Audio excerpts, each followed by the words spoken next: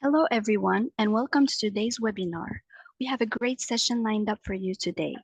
Before we get started, there are just a few general housekeeping points to cover. First and foremost, please use the online question tool to post any questions that you have, and we will share them with our speakers. Second, if you experience any technical difficulties today, please use the same question tool and a member of our admin team will be on hand to support you. And finally, just to note, this session is being recorded and we'll be sharing a copy of the recording with you via email in the coming days. So, without further ado, I'd like to hand over to our speakers to get us started. Thank you, and good morning, everyone, and welcome to this webinar hosted by Lexology. Today, we're going to be talking to you about leveraging the latest innovations in corporate housekeeping. So my name, make sure we can switch slides as well. My name is Maurits Annegarn. I am a Senior Manager Legal Technology for Wolters Kluwer, based in the Netherlands. And joining me today is my colleague, an expert on this topic, Simon Winter. Welcome, Simon. Hello, everyone. Good morning. So before we continue, just a quick heads up that if you have any questions today, please feel free to enter them into the Q&A box. We will handle them as they come in if they're relevant to the part of the presentation that we're in, or otherwise there's some space towards the end today for Q&A purposes. So feel free to ask any questions that you may have. A little bit about Wolters Kluwer for those who are not familiar with our organization. We are a global organization focusing on providing information and services to professionals in many different areas: healthcare, finance, and corporate compliance, tax and accounting, and obviously the division that Simon and I are part of, legal and regulatory. And more specifically, we're part of a subunit within there called legal software, focused primarily on making software solutions for legal professionals, whether it's in law firms or in corporate legal departments. Obviously, today we're focused more on the legal department, considering the topic of corporate housekeeping. So that was just a brief introduction on who we are and what Wolters Kluwer is. And with that, I would like to hand it over to my colleague Simon to get to the good part. Thank you, Maurits. Hello, everyone. Indeed, so today it's really about being able to talk to you about the latest innovations.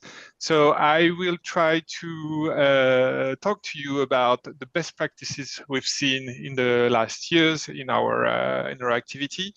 And then Maurits will be able to talk to you about what's coming, which I hope will be a great reveal for you. So the first thing is about why we do corporate housekeeping and why actually corporate housekeeping matters. And as a matter of fact, as French, we don't use the word corporate housekeeping, but I like it a lot because being able to, we refer to corporate management, but corporate housekeeping is, I think, a really good image of what it is. And for this, and the first objective of corporate housekeeping for us, it's indeed and obviously compliance. So for this, let me introduce you to one of my favorite French pastry, which is called the millefeuille in French, which translates into 1,000 layers in English. So maybe some of you have already tasted it. It's indeed a good representation of what corporate regulations look like today, which is actually the surge and the intensity and the complexity of the regulations that have been issued in the latest years have kind of forced digitization for corporate counsels. We'll see about that, I think, when we will talk about the org chart. But basically, a lot of it actually relies on corporate housekeeping. And really here, again, talking about housekeeping, the objective is really to clean the way for business. So maybe being compliant is really a way to clean the way for business. So for instance, you have a lot of regulations that have direct consequences for the corporate counsels. For instance, in France, we have the obligation to have as many women and men on the board. Maybe it exists in other regions. Or you have regulations regarding how many and especially how a group owns its subsidiaries. And this is legal data. The document you issue every day about capital raise or sale of shares actually has an impact on how you own your companies. And actually, when it comes to a lot of companies, it's impossible for you to comply without a tool. So that's why I think the first objective of good corporate housekeeping is compliance. And I can also talk about CBCR, which is a financial regulation, but which actually relies only on the corporate legal structure that you have. So it's really, really here the first step is compliance. So maybe we can move. Thank you, Moritz. Second point is obviously, and actually is a way for corporate lawyers to get budget to manage corporate housekeeping here, is because they provide information for a lot of people. You provide information for a lot of people. So being able to leverage cold corporate data will benefit actually to all the people in tax and accounting, all the sales manager. I'm a sales manager. I know what I'm talking about. I have to know who is the contracting entity here when I actually sign a contract. And last part would be, of course, the new KYC processes, where you have to be able to show that you're clean to anyone that asks for it. So with a good documentation and the proper information about it. Last example would be during the due diligence, and the MAA team would be to be able to have, instead of having to provide for due diligence Excel sheets and documents, you're able to provide a full corporate structure, which will save you a huge amount of time here. Thank you, Moritz. So this is why actually Legisway is the he inherits all of this and try to centralize every corporate information and all its documentation in one place. So we try to fulfill those two objectives of compliance and transparency. So Legisway capabilities here are really about the corporate modules. You have to know that the corporate module is one of many different modules of the Legisway suite, designed actually to manage all the activity of a legal, of a lawyer or a corporate counsel. So here it means for us being able to manage obviously statutory information, every documentation, but also all the offices, the delegation of authority, shareholding, and lastly, again, another avatar of regulation is the ultimate beneficial owner, actually. So here I'm trying just in a few slides, not to do a full demo, but the point here is just to pinpoint a few things that we hope can solve some of your pain points here. So here it's about being able to have one single file, one single fact sheet for each company, where you can store everything and actually disclose also information. So it's not only about being able to store the name or the legal form of the company, it's also being able to track down where this company was a few years ago, how it was owned, and who was the officer. So here, that's why we track every change that is made through transaction or through modification. And you are able, and this is a feature that usually is very appreciated by tax and accounting, is the ability to view the company on the 31st of December of last year, which is, I hope, something you can rely on. And also, most of the information about the company is public, right? It's available on state websites, but sometimes, and in France we have a long tradition of family offices and family capitalism, where you have to store some of the information a bit more in a more confidential way. So that's why you can design on Legisway access rights that will allow you to create profiles so that the right people see the right information. And yes, thank you. So we were talking about the documentation. So here about the document management, the point is really to make it easy, because it's always a pain in the neck to manage documents, and especially on a web platform. So that's why we try to make it easy by actually creating as many ways as possible to upload documents and to modify documents into Legisway. So you can drag and drop from your computer, you can drag and drop from Outlook, you can drag and drop attachments directly from Outlook. You can send emails directly to the company, which means that the documents will be stored directly.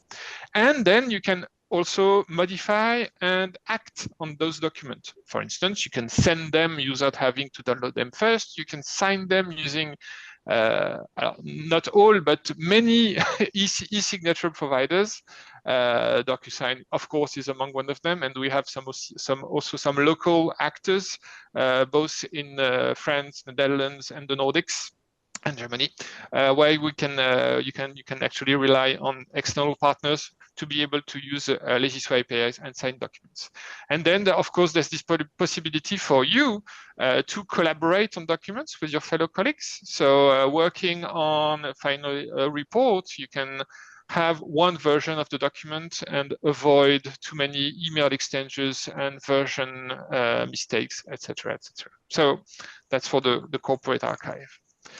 And then we have all the submodules. And here it's really about flexibility and the amount of time you wish to give to the software here, really, because you can choose to manage very simply the offices, the shareholders, and really just to have the basic calculations. But you can also choose to manage a transaction-based system where everything you do is perform operations on shares, on share capital, so that calculations are automated, and you are also able to provide some documents that are regularly required.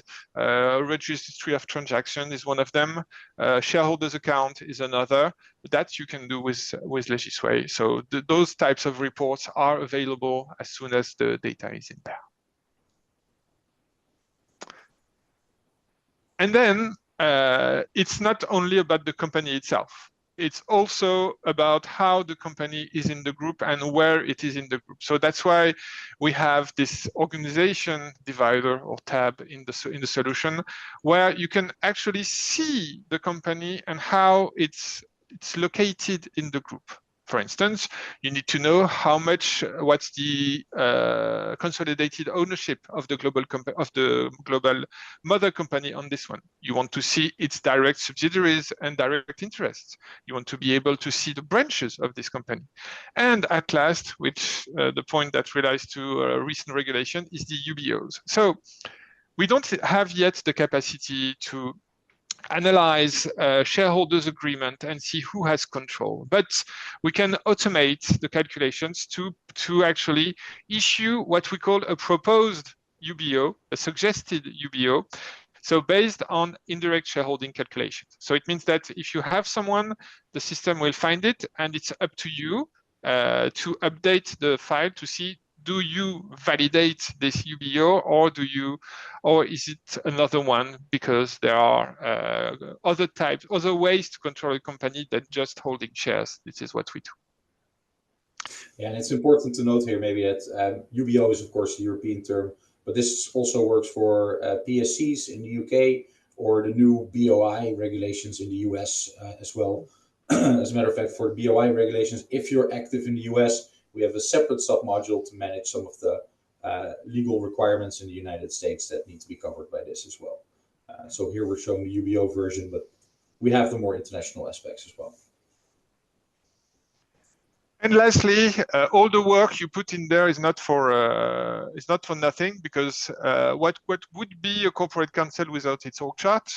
So maybe we can switch to the next. So this is an example of what we can do using Legisway. So this has been generated only with the software with no further editing. And the point here is really, even if your group has, and we have some 5,000 subsidiaries, you will never show 5,000 subsidiaries in a single org chart. I have reminiscence of customers who have actually printed large formats and displayed it on panels in their offices when we used to go back to offices.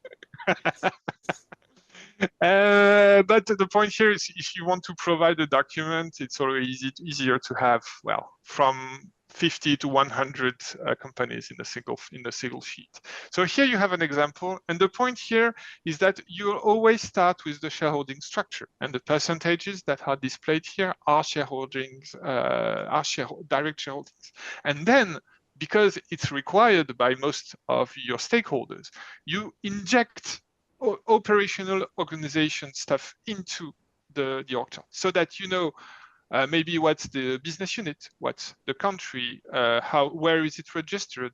And so is here the point we think of a good org chart is to be able to mix legal information and the corporate structure and organization data as well.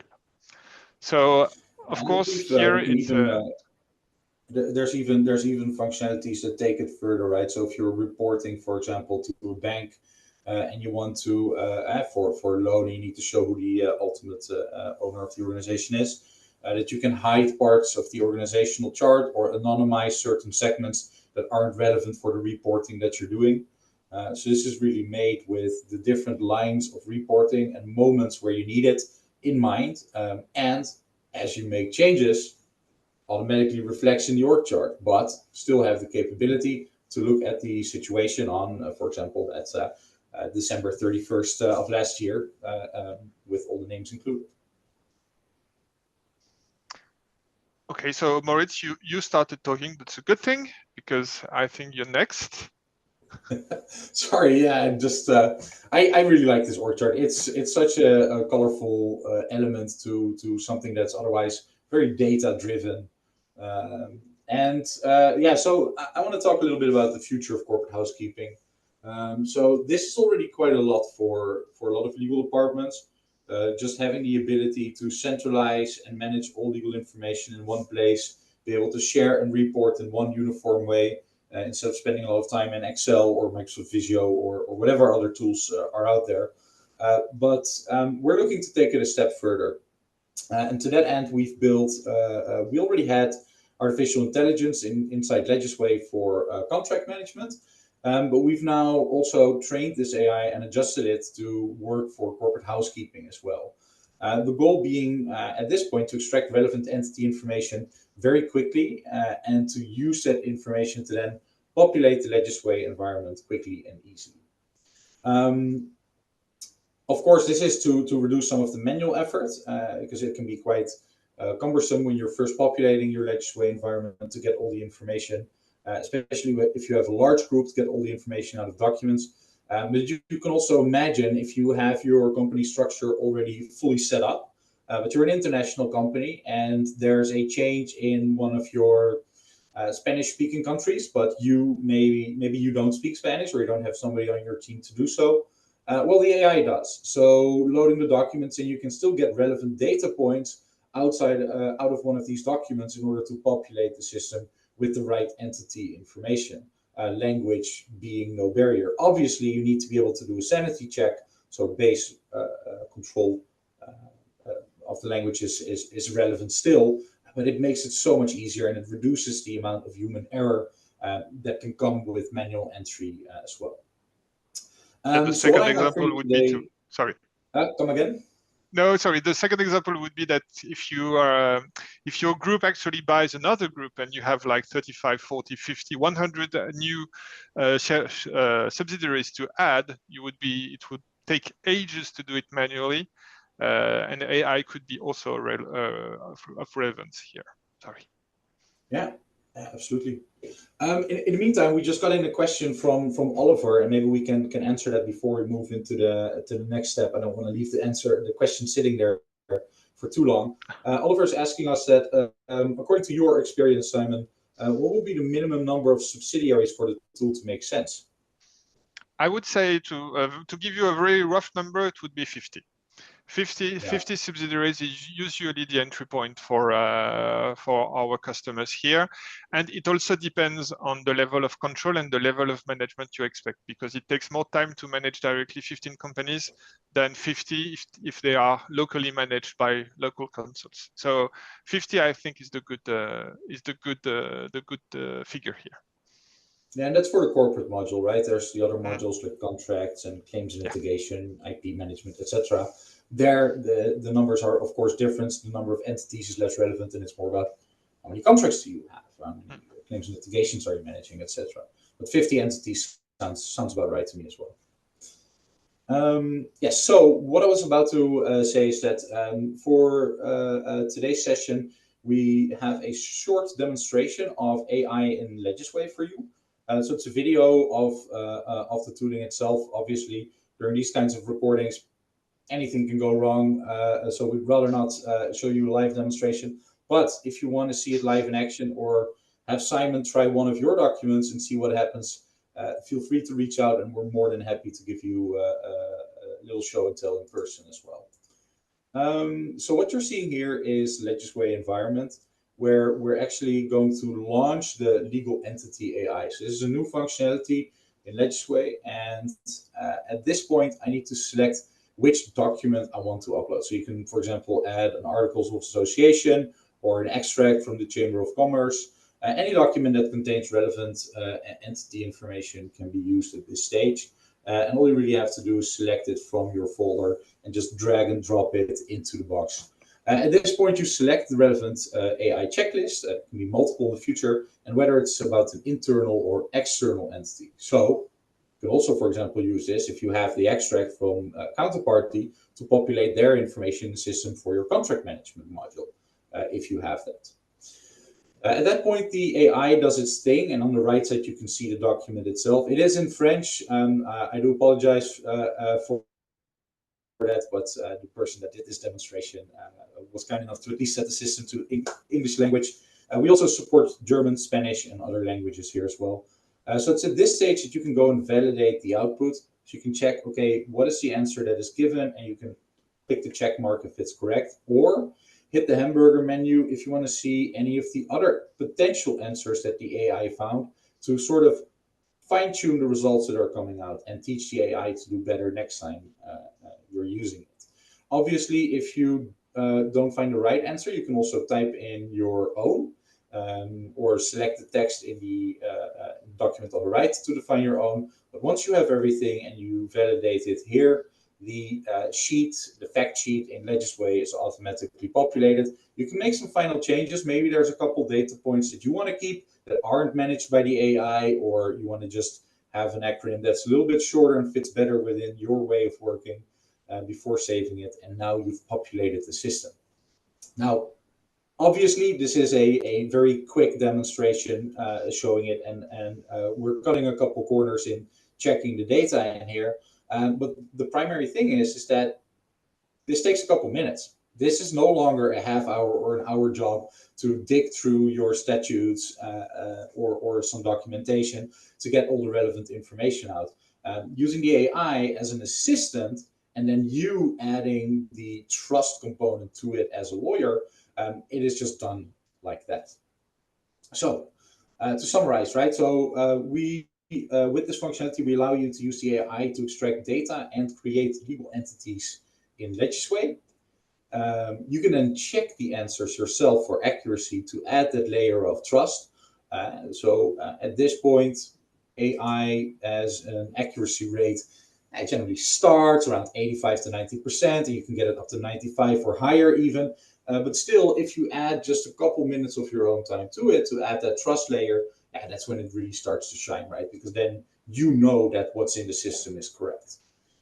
So this obviously reduces a lot of time wasted extracting the data from documents, and there is a lot less human error because instead of you going through the document and potentially missing something, you're basically checking something done by the AI for accuracy, and you know if it's accurate or not. So this is our starting point. This is a really new functionality where we're just now launching it.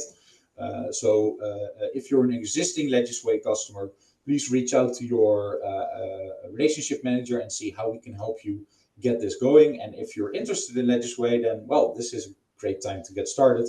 But we're not done yet, right? We have a lot of ideas that we're working on. I can't tell you exactly what's on the roadmap and where it's at. But one of the things, obviously, we think about updating your existing legal entities using AI as well. Then the shared transactions that Simon was talking about, those operations, We want to look at potentially how we can automate those. So if you have a shared transaction agreement and you load it into the AI, can we use that to automatically process the share changes with all the calculations and values included, and automatically update the org chart as well? Something we're thinking about. Obviously, managing the mandates for officers and directors. So if I have minutes and resolutions from the board and somebody got appointed or something like that, we can extract that information and populate that into Legisway as well. And obviously, any other relevant data for corporate housekeeping, for example, for the US, you have business registrations as a large part of corporate housekeeping. We can see possibilities there as well.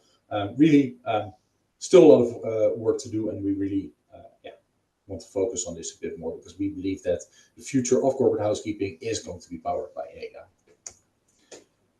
So, to summarize, a lot of information in 25 minutes so far. I want to leave some space for the Q&A. So if you have any questions, this is a great time to pop them in the Q&A box. You can use Legisway to manage your statutory information, to maintain a clear corporate archive, so a single structure for documents for every single legal entity. It sounds like such a simple thing, but if you already have everything perfectly structured, next time you're doing an M&A or an investment round or something like that, imagine how much time and effort that would save and how much better that makes your organization look as well. Reporting to on shareholders, UBOs, powers of attorney, and delegation of authority becomes a breeze and a single click of a button. You can generate and adjust vibrant org charts like the one Simon showed just now. And you can pick your own colors. So if you have your own colors for your organization, you can choose those. And you can use AI to automatically populate data and save time. So with that, we're well on time, and we have some time for Q&A. I see some questions coming in on the left side. First question from an anonymous attendee. Can you filter by person? For example, you enter a name and all companies in a group in which the person is a managing director are displayed. I'll take that one, Simon. I know the answer to this one, so maybe I can give you a more complicated question later on. So yes, the nature of a system like Legisway is that every person, every company, they have their own page in the system. So if you, for example, search for Simon Winter, you will find his page, and you will see there for which organizations he has positions, has mandates. So if something happens to Simon, maybe we catch him with his hand in a cookie jar, we can immediately see where we have a potential legal risk within the organization. But not just that, if he is responsible for any contracts, involved with any claims and litigation, any other legal components Simon is associated with in the environment will be visible from that perspective. So yes, we can definitely do that. Another question from Oliver. How would we export data from Legisway for a data room? So this is generally a specific project. Right, so depending on which data you need, it's quite often a specific carve out of the environment. It's almost never the entirety of the system, because at that stage you can just give access to whoever is interested and allow them to through it. But it's generally a specific project together with one of our consultants to export that data, get it into a folder structure with an associated Excel sheet, providing you the references into the different documentations so that you can populate your Merrill and Serata or whatever data room that you're currently using. But I do want to iterate that we've also seen scenarios where Legisway is just used as the system that people or auditors are given access to, or lawyers are given access to check the information. You don't necessarily need a data room unless you want to use some specific data room features. Yes, because you can set up access rights so that you can only see part of the group, so that indeed you can give access to auditors. That's one way also to. And if it's required for you to have a data room as a data room, there's indeed a lot of mass export features, which will allow you to export both metadata but also documents for the data room itself. And then we have important question of how do we transfer all historical information from another program. It is possible, so indeed, and here, in France we have a new initiative which is called One Clause. It means that all software providers actually commit into providing their customers with actually their data at the end of the contract, but their data in, let's say, in a way that they can be imported in another system. So if you have a provider who is part of the initiative, that's a good thing.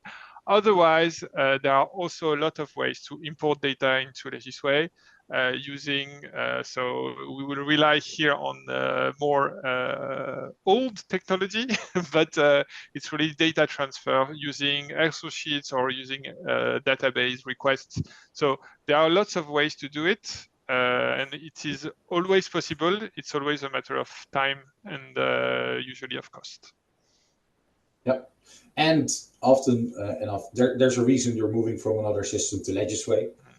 So quite often it's also a moment to take a look at the older data and check how accurate, clean, useful it actually is. So we have to actually see quite a lot of times. We also see a bit of an effort to improve the quality of the data so you can get a good, clean start, which is always important. So with that, I believe there is one more last question that just came in on the buzzer from Kirsten. How is data protection guaranteed so that no data is leaked? I don't have the technical sheet in front of me, Simon, but maybe you can tell a little bit more about this, and I can add to it. So, of course, we are GDPR compliant, so that we actually are, I think in English, our customer remain a processor of data, and we act as a third party. But actually, we set up a set of measures that actually, that ensures. Sorry, we lost you there for a second. Okay, hope it's good. But here it's really about a set of technical and organizational measures that are detailed in our documentation, so that you are ensured that data protection is guaranteed. We can provide, we can provide more information about that if you want. Yeah. But maybe on top of that, Legisway has all the relevant market certifications from a security perspective. All the information is hosted on our own Wolters Kluwer cloud. And from an access perspective, though we always advise to get single sign-on so that the access is actually organized by your own IT through your own network, we do also offer capabilities for multi-factor authentication. So, for example, having an app on the side to enter a code on top of your username and password for those additional layers of security, including seeing who accessed from what and where. So there are a lot of protection elements in place. This is legal information. This is the core of your organization, and it is our primary job to keep it safe. All right. So with that, I think we've come to the end of the session. Simon, thank you very much for adding your expertise today. Couldn't have done it without you. Thank you everyone for joining. If you have any additional questions or would like to reach out to either Simon or myself, feel free to add us on LinkedIn or send us a message. Our email addresses are on the screen. Thank you so much, and see you next time. Thank you all. Thank you so much. Bye-bye.